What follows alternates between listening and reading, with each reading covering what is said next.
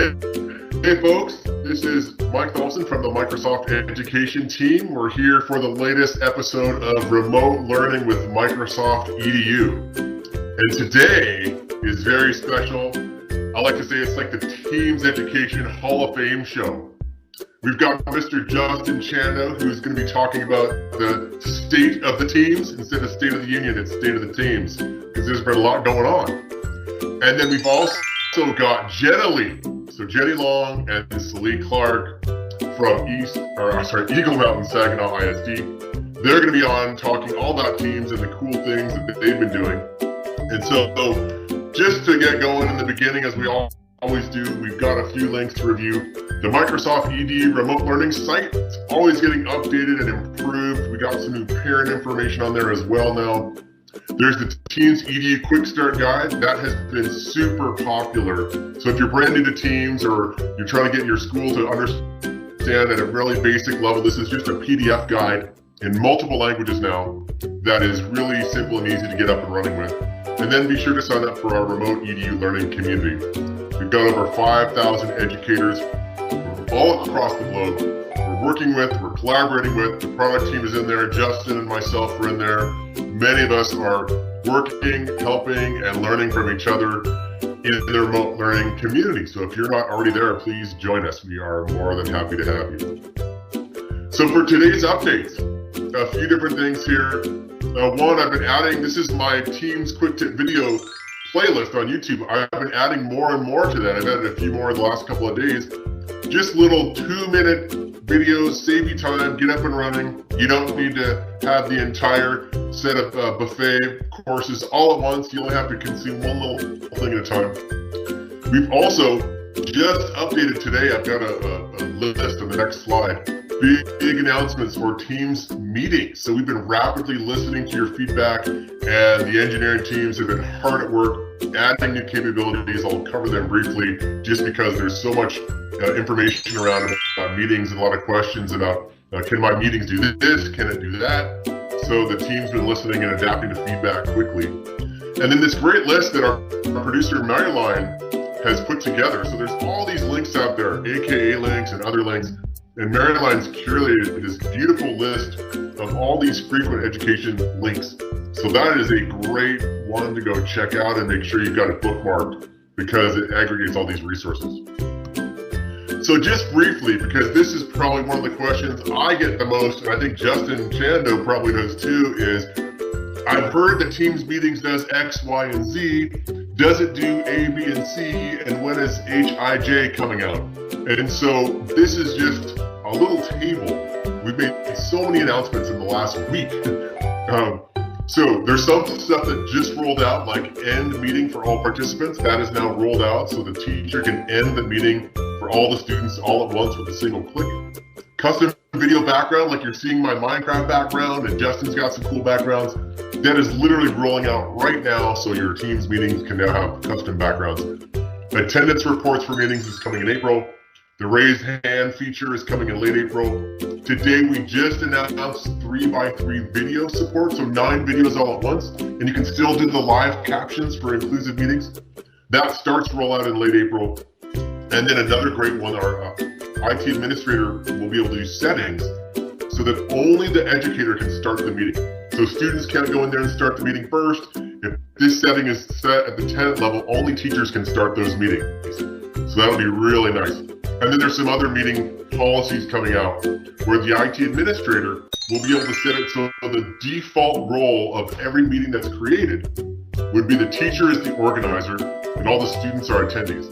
So what that means is the teacher doesn't have to go into meetings options every time and set the students as attendees, so they don't have the ability to mute people or remove people. You'll be able to set that at the education tenant level so that all meetings by default are teachers organizers with all the rights that organizers get, and students are attendees. So a bunch of top asks. Please keep the feedback coming. We're listening and we're working on even more stuff that will be coming out and announced later on. And so with that, we've got Mr. Justin Chando. This guy has been really busy in the last month, as you can imagine. He's been globe-trotting from his computer and helping out educators all over the world. So, Mr. Justin, I'm going to turn it over to you. and I will just be a slide clicker at this point. So welcome, Justin. Thank you so much, Mike. Hello, everyone. It is great to see you here. Thank you so much for joining. My name is Justin Jando. I'm a product manager on the Microsoft Education team. I focus on teams for education. And thank you so much for everything that you're doing. I think Mike said it really well. You know, we've been heads down helping millions and millions and millions of students and educators transition to remote learning really, really quickly. And it's been in partnership with all of you and with school systems and school districts around the world to make this happen. And we're all in this together. I really just appreciate everyone's time to jump in and learn more. I thought I would give you a quick Teams update, if you will, because things are changing rapidly. You saw some of the latest updates from Mike 2 seconds ago. Those have all come from your great feedback.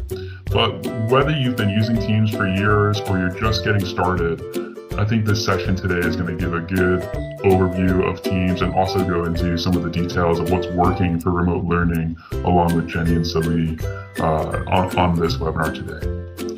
So Mike, let's get into it. You know, what is Teams and in the context of remote learning? I mean, it was really made for this moment, and we're really thankful for all of the teacher and educator feedback we've had over the past few years. But to combine things for creating collaborative classrooms to engage students asynchronously, but also synchronously through live meetings and direct instruction through groups or through your entire class.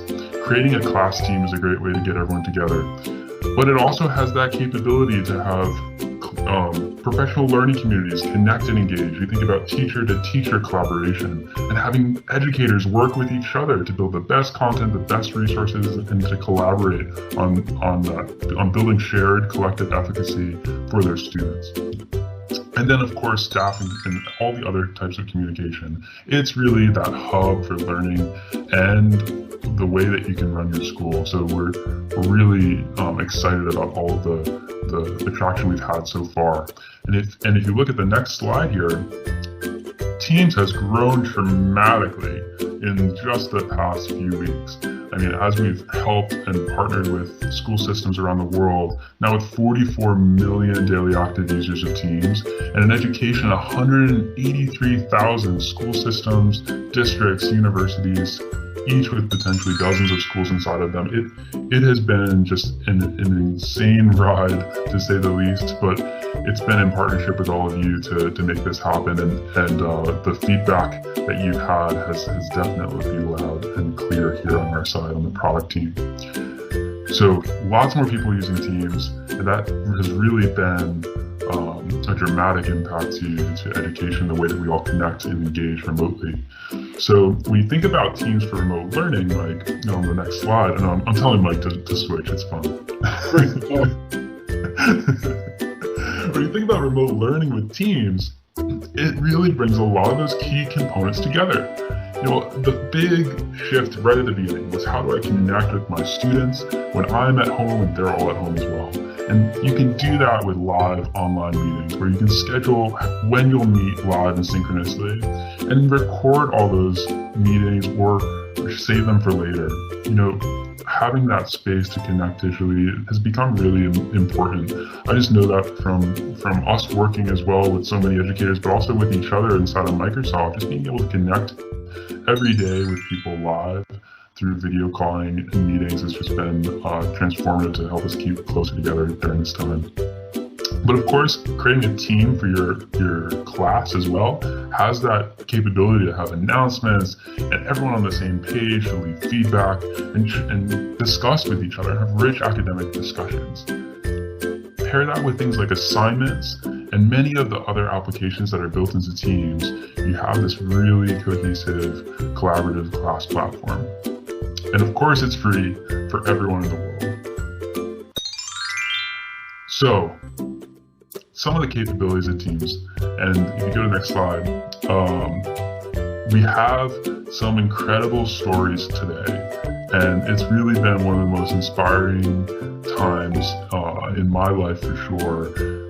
One of the most sleepless and tireless times, but also some of the most impactful and inspiring. And it's thanks to stories like these in Italy, where we have the University of Bologna that took their classes, their entire university online in just 3 to 4 days, 80,000 students. So think about that rapid transition and all of the training and the unbelievable things that it takes to do that in such a short period of time.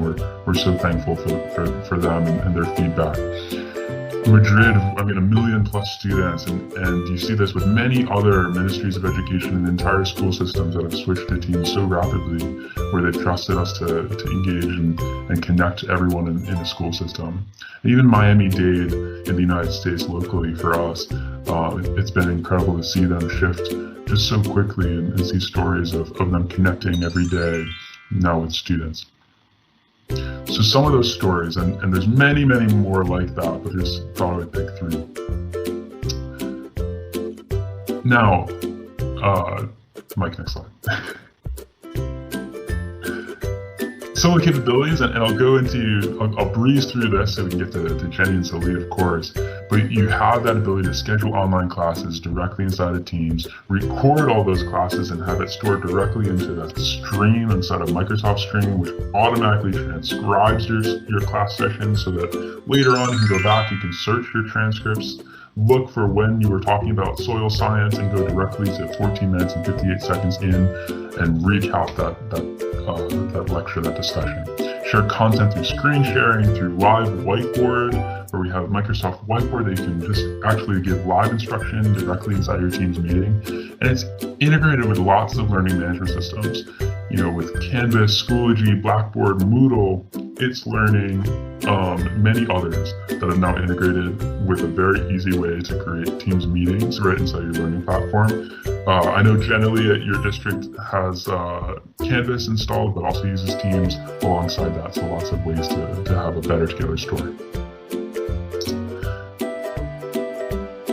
Now, with the class structure itself, one thing that's been very popular is schools hooking up Teams with their student information system or their MIS to automatically create all of those class teams in bulk. And that's through a product we call School Data Sync, Microsoft School Data Sync, which is another free tool with a free concierge that gets on and helps you integrate those two at School Data Sync, sts.microsoft.com. And with that, all of those classes are created automatically and makes it really simple to get started. Other things with the class team, that comes by default with the assignments and grading experiences. So it makes it really easy to assign learning activities directly to your students, integrated with things like the OneNote class notebook and Word, Excel, PowerPoint, all your OneDrive documents, where it can share and make copies for each student. And you can assign things, students turn them in, and you can grade with rich feedback using things like rubric grading and many other ways to leave rich feedback and share it directly to your students at any time. We don't need to be live in the class session. We can do this at any time to keep feedback going in the feedback loop. It's heavily integrated with many other applications right inside of the Teams class experience.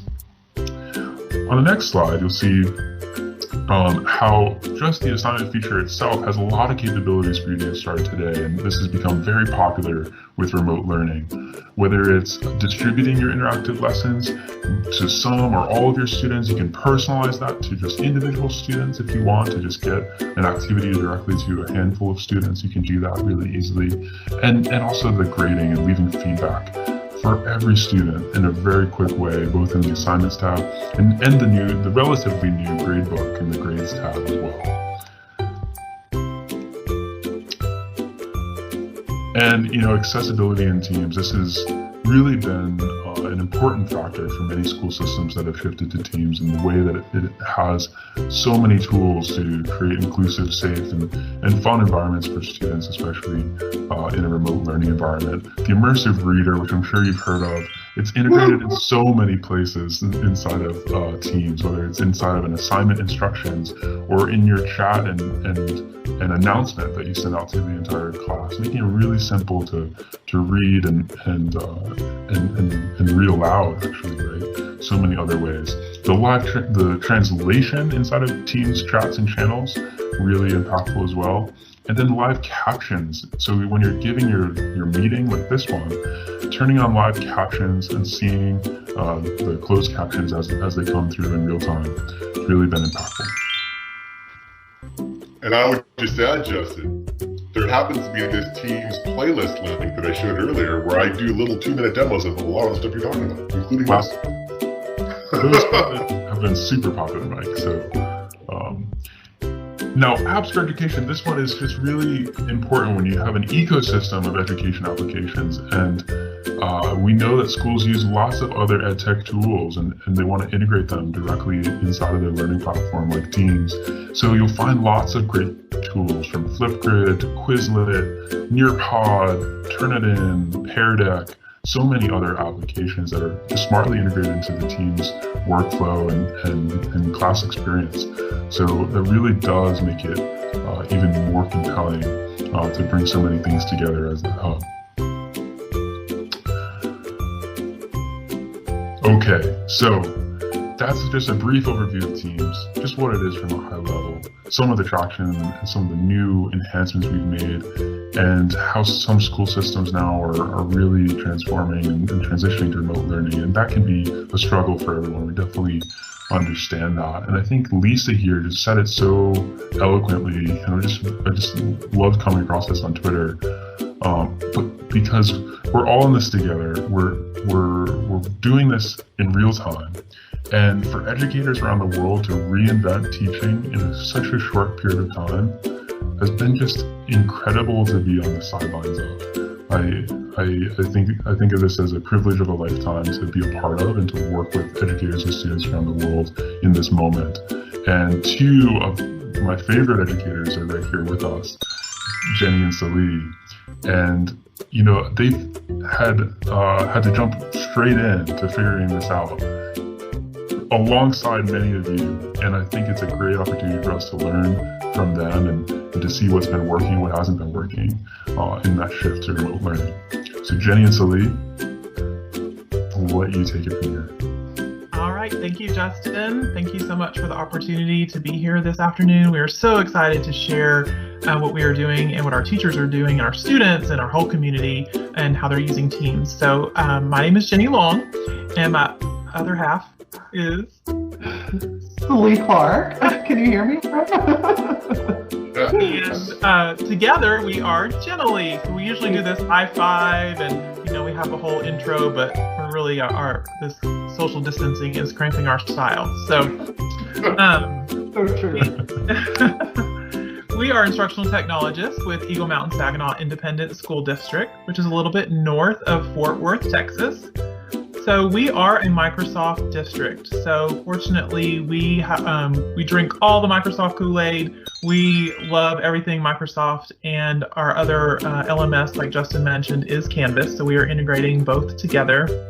But in our district, we have a little over 21,000 students, and we have 27 schools, and we are not a one-to-one district. So we have been just kind of dabbling in Teams over the last few years, and I think it's just amazing, and kudos to all of the educators out there in how we have just jumped in, and you guys have been so willing to learn. Like I keep trying to explain to people, this is like something you have never trained for, never planned on, you know, learning, and just had to learn it overnight.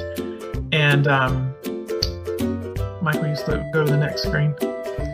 Thank you.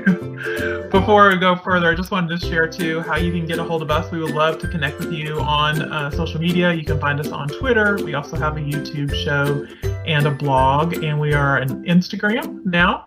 And we are also consultants with Edge of the Max, and so we do training for Edge of the Max as well. Now, is it Instagram or your Finstagram? Which one is it? Is it your real one or your fake one? That's the question.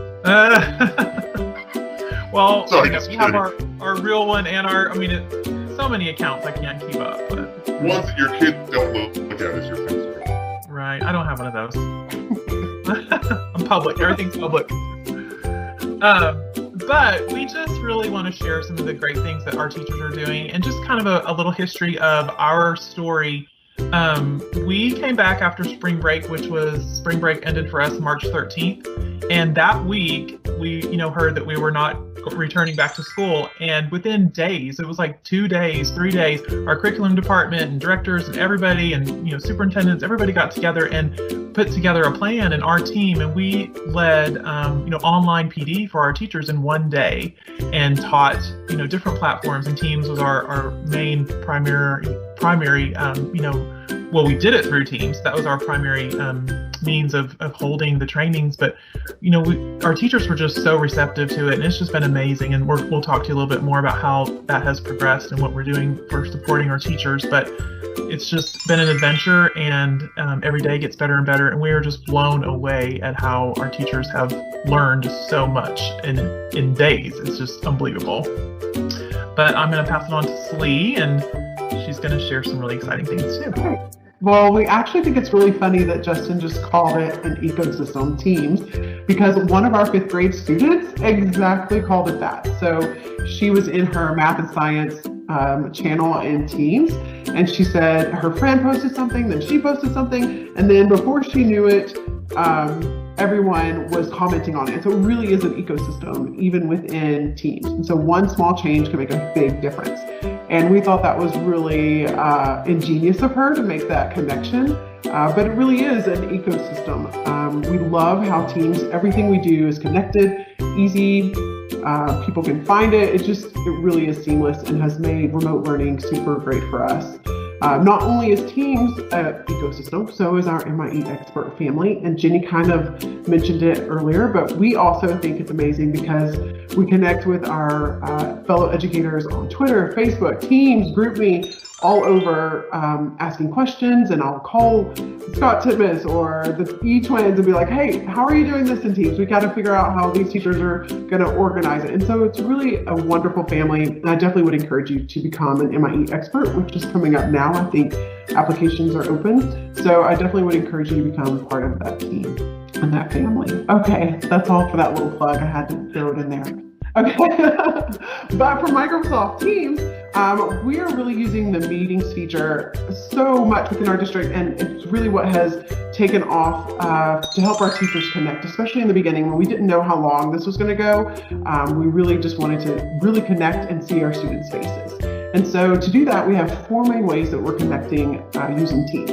So first, teachers have teams, and they are going into their team and creating a meeting and meeting right there in the team. Other teachers are not using Teams necessarily, but they are using the Teams meetings. So they're creating links, sharing it with their students through email, through Skyward, through Remind, and students are joining and immediately joining that team or that meeting, but not necessarily being in a team. Then we also have it through Outlook. So some teachers aren't even going into Teams, they're just creating the Teams meeting right from Outlook. And then we have teachers in Canvas as well, like Justin mentioned, and they're creating their Teams meeting right there within Canvas, which, by the way, if you've not seen that, it is phenomenal. I think it is very nice, easy. I love the integration. So thank you, Justin, and Canvas for making that happen. It's great. Yeah, it was one of those COVID-19 hackathons, if I will. Many sleepless nights putting that together, and just props to the Canvas team, but also all of our other learning management system partners. We went from not having any integration to having one within a week, and it was really incredible work to on that. It was amazing and so instrumental and perfect timing, because that's exactly what our teachers needed. They wanted to see their students' faces. So thank you for doing that. Also, one of the things we've really talked about with our students and our teachers is creating norms within our meetings. So we want to make sure students understand this is a time that we're coming together for academics and how to act in that style and in that way, because this is the teacher's classroom, just like they use and set up norms in their normal classroom. We also want them to do that online. So we've created graphics and held little PD sessions over doing that as well. All right, Mike, let's move on to the next one. I'm supposed to cheer Mike. Yeah, it did. Taking a while to update. There it is. Speaking of our virtual sessions, our boss Cindy Tucker did such an amazing job coming up with a PD session for us, or a PD plan for us. So she actually created a Word document and inserted links And throughout the week, every week, we have PD sessions for our teachers that they can jump into and see. And then afterwards, she records them, puts the stream link right there back in the same document so that way they can always find it. And so it's a great way for us to hold PD sessions in teams, but also teachers can see what it's about and really follow along and join when they need to. We also hold virtual office hours. So we have one Teams meeting link that never changes, and we are there from 9 to 4 every day for our teachers to jump in and ask questions. So it's a great spot for them to easily access us and really help, we can help walk through anything that they may have or any questions they may have. So we love that Teams meetings are easy to share with a link. All right, Jenny, I think it's your turn. On the next slide. Here we go.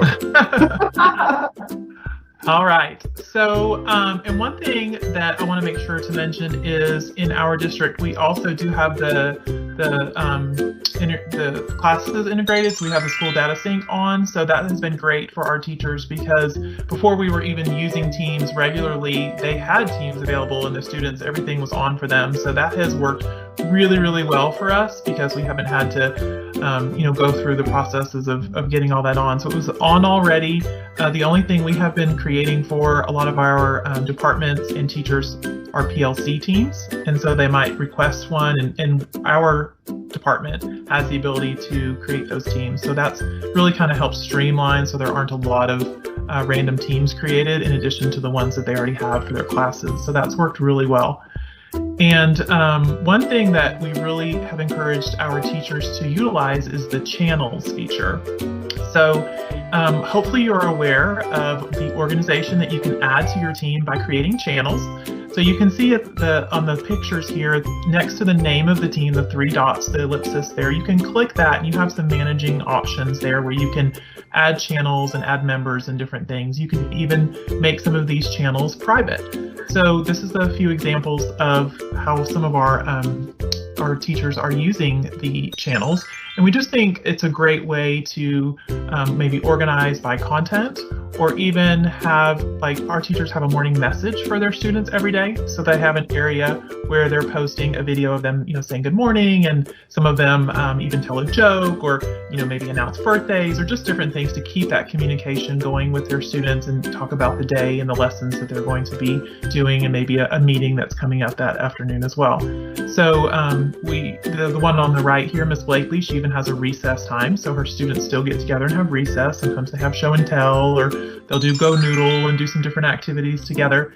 And then even the parent Q&A. So some of our younger students, the parents are obviously getting in and helping the students join. But then if parents have questions, they can add their questions there as well. And so just having channels has really been helpful to kind of organize the content so everything's just not all jumbled in the general posting area. And then even a student chat area. So we've encouraged our teachers to maybe make an area where students to just communicate in that area so it doesn't jumble up the main general posting area. So definitely utilize channels if you haven't explored that because it can really help organize your content. All right, we'll move on to the next slide. Okay, announcements. So this is one of our favorite features in Teams. So if you have something that you want to share, whether it is a meeting link or it's an upcoming assessment or just information that you want to stand out, you can utilize the announcements feature. So you can find that in the general channel there or in any of your channels under the post where you make a new conversation post. And it's kind of hidden up at the top, but you want to make sure that you choose announcement. And what's great about it is you can select to post to multiple channels. So you can definitely send that announcement to your cross channels, and then you can even add a really fun background. So Celie loves the dragon and the disco ball. Those are some of her favorites. And you can pick different colors and just make that stand out. So definitely something that you want your students to make sure they see. We really encourage the use of announcements. Okay, I think the next slide. All right, so this is another example of how we are one teacher in our district is utilizing the chat area, and she put in an area for students to sign up, and we removed the names just for privacy, but the students have gone in and signed up for a time, and then she'll individually call those students to set up an individual meeting with her so that they can chat. And I think one thing that's super important in this time is just being able for students to still see their teachers. So another thing I would really encourage is just, I think office hours are great, but I really think those meetings are so important, because I've seen in my own 4 personal children that when they get to see their teacher and they get to hear their voice and actually hear communication from them, it makes a big difference, because sometimes all of this information coming in many different ways can be overwhelming. So I think just hearing your teacher's voice, so hopefully you are having those meetings, and just those actual voice to, face-to-face or voice calls is really important. Okay, I think the next one, this might be, oh, it's still me.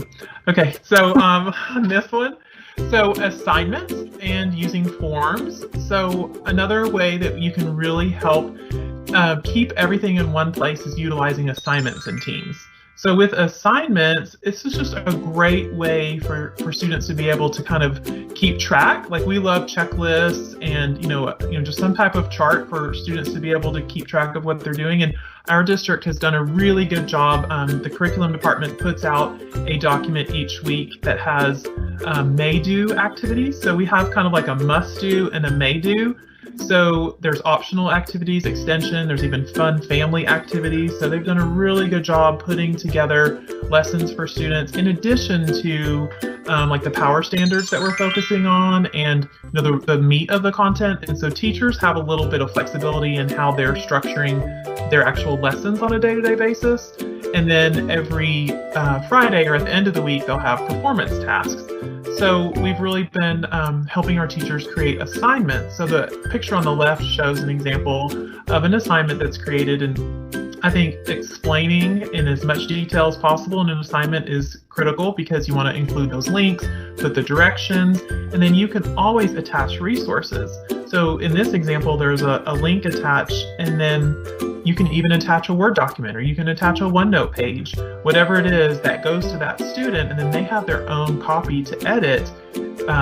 So my daughter was working on a response this morning, and she loves using the dictation feature. So she opened up a Word document, had to respond to a story that she read, and she used the dictation, and then she went back and did her editing and revising. So I think that's critical. Her keyboard is also missing a few keys, so that also helped her get her typing correct. So that was a good thing for her too. But on the right, you can also see here was an assignment done with forms. So forms is another addition that you can add to an assignment. And what's great about forms is it grades automatically. So you can see here in the grade view that it was graded automatically because of the form that was put in here to the assignment. So lots of options with assignments and giving feedback to students. So we think that that's critical.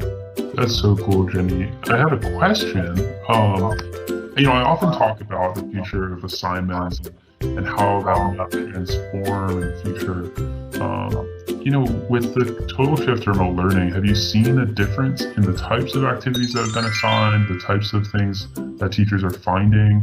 I saw that one assignment example you had there, which had a reference material, which was a link to an article or something on the web. Have you seen anything else that teachers are doing inside of assignments?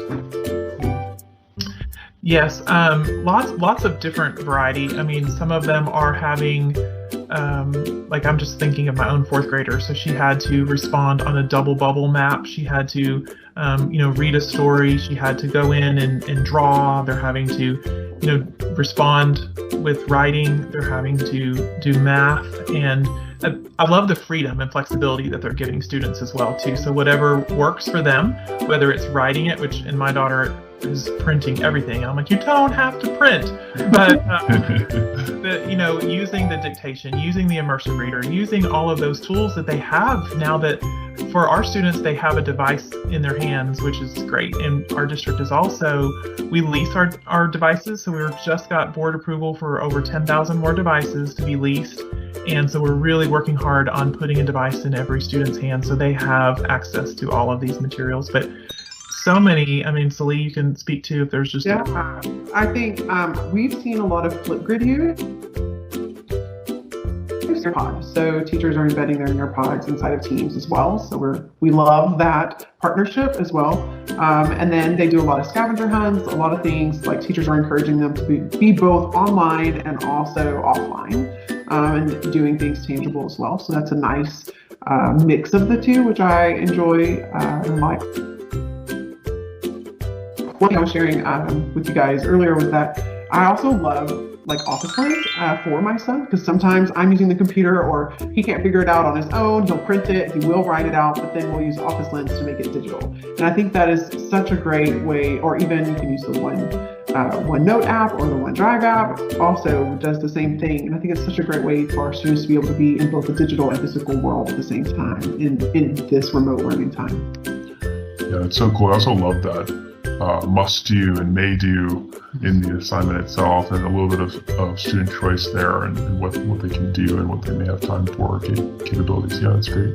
We've also seen a big jump in our mobile usage, right? So students accessing it from their mobile device directly, and for sure. And that's actually, when you said choice, that's actually what the curriculum may do activity as a choice board. So they're giving them, they put out a choice board every week for the students to choose. And it is great, because you're going to have those students that are going to get all the must-dos done, and they crave extra work, and they love that creative piece that it enables them to do. And I love the turn-in celebrations too. I know my daughter has a couple times not clicked turn in, and so I said, make sure you see your celebration. She was doing it today, and she's like, I wonder what I'm going to get. Do I get the ice cream? And so it was exciting to me.